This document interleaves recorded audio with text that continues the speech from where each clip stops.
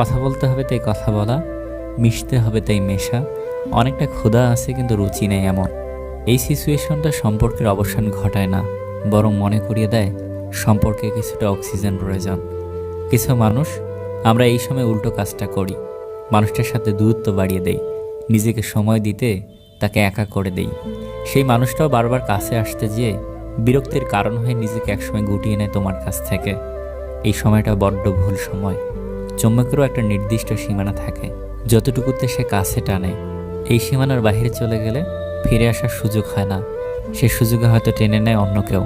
সেই টানটা বা কয়দিনের, একদিন আবার সেই সাদামাটা তাই তো। তার চেয়ে বরং অক্সিজেনের অভাবটা বুঝুন সীমানার কিনারায়।